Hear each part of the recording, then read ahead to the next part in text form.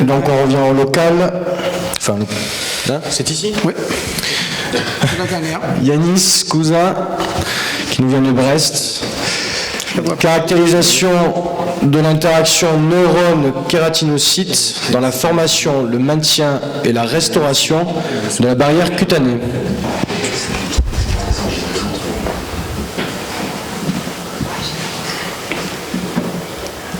Alors, mesdames, messieurs les académiciens, messieurs les modérateurs, merci de m'accueillir ici au sein de l'Académie nationale de chirurgie pour vous présenter mes résultats de Master 2 qui ont porté effectivement sur l'implication des interactions qui existent entre les neurones et les kératinocytes dans la formation, le maintien de la fonction barrière de la peau appliquée à la chirurgie de l'hypospadias de l'enfant.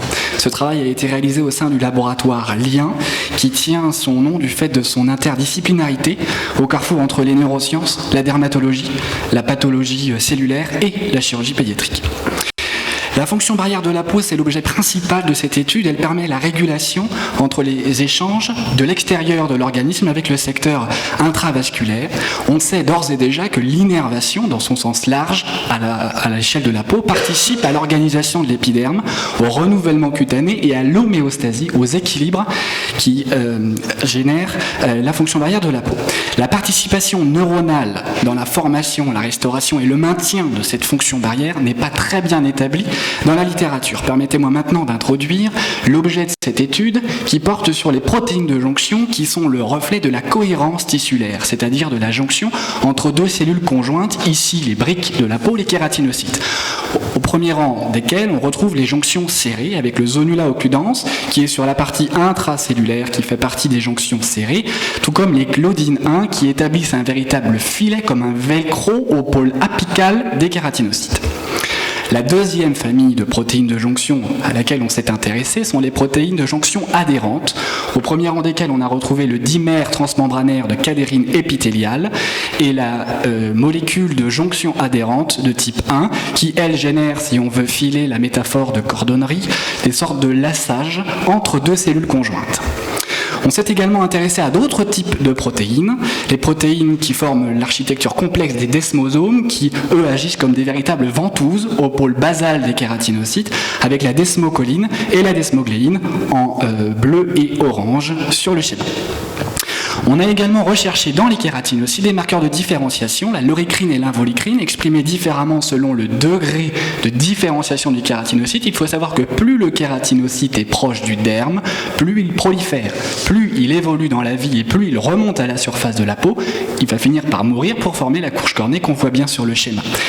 Ces kératinocytes à différents stades de prolifération synthétisent loricrine et involucrine qui sont des molécules excrétées dans la matrice extracellulaire qui forment une sorte de mortier entre les kératinocytes. On a également dosé l'activité de protéase qui, elle, dégrade les cadérines E, donc diminue l'efficacité des jonctions adhérentes.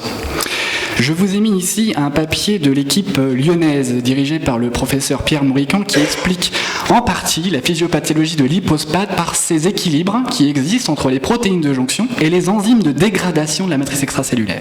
Ainsi, cette équipe a montré que dans l'hypospadiase, qui est une malformation congénitale de la verge de l'enfant qui associe une coudure ventrale de la verge avec un hémiprépuce dorsal incomplet dit en tablier de sapeur, ainsi qu'un méa urétral qui est situé à la face ventrale de la verge, il y a une hypoplasie de la face ventrale de la verge qui est liée à un excès d'activité des enzymes de dégradation de la matrice extracellulaire.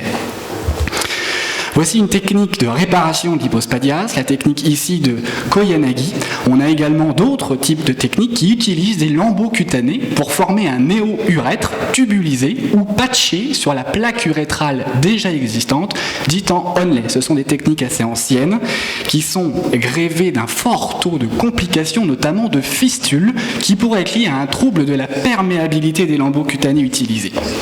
L'objectif de cette étude était ainsi de caractériser in vitro l'effet de ces interactions entre neurones et kératinocytes sur l'expression des protéines de jonction. Et pour ce faire, on a utilisé des modèles bien maîtrisés dans le laboratoire qui sont robustes, associant des kératinocytes humains à des surnageants, c'est-à-dire des milieux de culture dans lesquels on a élevé des neurones. Des neurones issus des ganglions dorso-spinaux de ratons nouveau-nés de 2 à 3 jours ou des cellules lignées de phéochromocytomes de rats, ce sont les PC12, les IPS et SKP étant des cellules souches. On a également étudié ces interactions neurones-kératinocytes sur des modèles ex vivo, c'est-à-dire des biopsies de peau de prépuces d'enfants récupérés au bloc opératoire, que l'on a mis ou non en contact avec un réseau de neurones préétablis en boîte de culture. Voici le design de l'étude cellulaire, où vous voyez en haut les kératinocytes associés aux surnageants de neurones, sur lesquels on a réalisé des techniques d'immunocytochimie, également de RT-PCR, de quantification des ARN messagers dans les kératinocytes, et également de la Western blot. En bas, le même protocole, les neurones n'étaient pas présents en culture. Ça, ce sont les modèles de peau explantée. Les biopsies sont posées sur un réseau de neurones pré-cultivés ou non, explants sur lesquels on va réaliser des techniques d'immunohistochimie et également un test de perméabilité à un colorant jaune, le Lucifer Yellow, un test fonctionnel de la fonction barrière, des PCR quantitatives et du Western blot. Voici les premiers résultats. On voit assez nettement, lorsque les kératinocytes sont associés à des neurones, qu'il y a une augmentation caractéristique statistiquement significative de l'expression des protéines de jonction serrées. Alors que dans le même modèle de ces kératinocytes associés à des neurones sensoriels de rat, on voit une diminution de l'expression des enzymes dégradant les protéines de jonction adhérentes. Ces constatations assez proches de celles qu'on a pu faire avec les surnageants de phéochromocytome de rat, où là, le zonula occludens 1 et le JAM1 étaient également augmentés dans les kératinocytes mis en présence de neurones. En Western blot, les conclusions sont les mêmes, c'est-à-dire qu'à l'échelle protéique, il existe également une augmentation de la production de ces protéines dans les kératinocytes, selon qu'ils sont ou non associés à des neurones. Je vous invite ici, dans les images d'immunocytochimie, à regarder la ligne du bas. C'est l'expression de la claudine en fluorescence dans les kératinocytes. Dans la partie contrôle où les kératinocytes étaient seuls, la claudine est dans le noyau. La cellule est proliférante, elle a besoin de cofacteurs de transcription pour se différencier, pour se diviser. Lorsque le kératinocyte est en présence de neurones, elle se dirige vers la membrane pour former le dit filet que je vous ai présenté au début de mon travail. Ce sont les résultats en immunohistochimie un peu plus difficiles, je vous l'accorde, à interpréter. En bas, la même chose pour la claudine.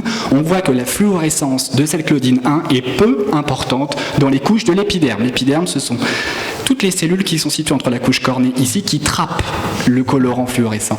Donc c'est ici que l'on cherche la fluorescence qui est assez faible sur cette image, alors qu'elle est un peu plus forte ici, même si c'est difficile de la quantifier. Le test Lucifer Yellow doit être interprété avec un peu de prudence puisqu'on n'a pu le faire qu'à un seul échantillon cultivé après 13 jours. Le colorant, dans sa majorité, est trappé, piégé par la couche cornée. Elle pénètre mieux dans le contrôle, qui a été cultivé sans neurones, à 13 jours, que dans l'explant qui a été cultivé sans neurones. C'est-à-dire que l'explant sans neurones est plus résistant au passage du Lucifer Yellow au travers de l'épiderme que l'explant qui n'a pas été cultivé avec les neurones.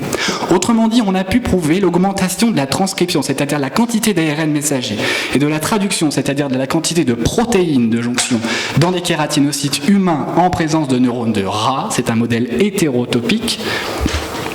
Il y a également une diminution de la kallicréine, vous savez, ces sérines protéases qui dégradent la I-cadérine, donc qui renforcent l'action de ces protéines d'adhérence entre deux kératinocytes. On a également assisté à une relocalisation des protéines de jonction serrée claudine 1 du noyau vers la membrane. Il existe pour ce travail des impacts significatifs en chirurgie et une application assez forte, à mon avis, dans l'hypospadias, puisqu'en fait, c'est la perméabilité de la barrière cutanée qui est renforcée par la présence de neurones.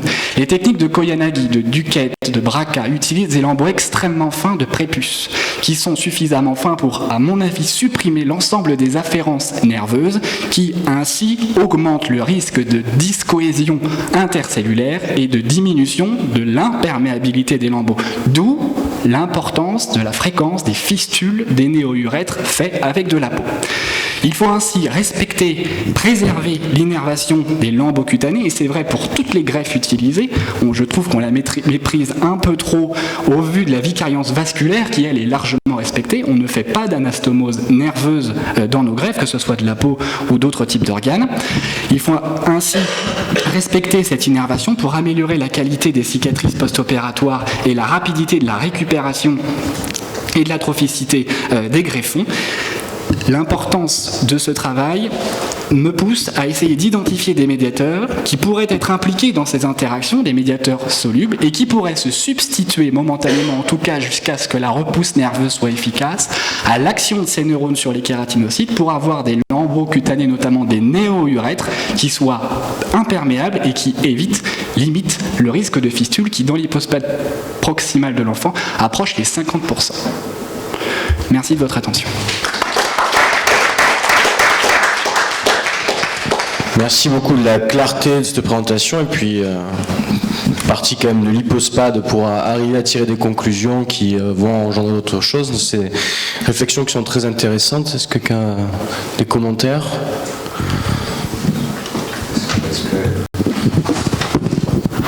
Effectivement, c'est un aspect tout à fait méconnu là, que vous mettez en évidence,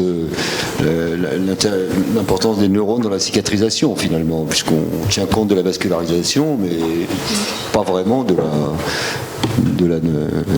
l'implantation des neurones. D'autant plus que peut-être après il y a aussi toutes les pathologies neurocutanées qu'on a, les neurofibromatoses, etc. Il doit y avoir beaucoup de choses à creuser justement de ce côté-là. Je suppose que vous avez dû faire pas mal de biblio là-dessus aussi. Oui, j'ai fait beaucoup de bibliographie là-dessus, notamment sur les troubles de la macération lorsque les patients portent des changes complets et qui sont en contact avec de l'urine. C'est aussi une des problématiques de l'hypospadias avec l'effet kératinolytique de l'urée. Les dermatologues utilisent l'urée pour traiter les corps sous les pieds. Et donc on peut se dire que l'urine qui passe au travers d'un néo-urètre cutané altère par l'action de l'urée la couche cornée et donc la perméabilité des lambeaux. Donc ça c'est une application assez aussi intéressante sur la préservation cutanée du siège des gens qui doivent porter des protections par exemple, et ça je pense que ça a une application assez large. Oui, Dominique ? Oui, moi je voulais vous féliciter pour la clarté de votre exposé et puis le caractère très innovant, je trouve, de ce que... Voilà, et Maxime a raison, vous êtes parti de quelque chose d'assez banal et pour arriver à un phénomène qui est peut-être beaucoup plus général qu'on ne le pense, peut-être même en dehors de la peau d'ailleurs, c'est possible aussi, et vraiment je vous félicite pour ça, c'est vraiment de l'innovation. Merci monsieur, merci beaucoup. Merci à vous. Merci.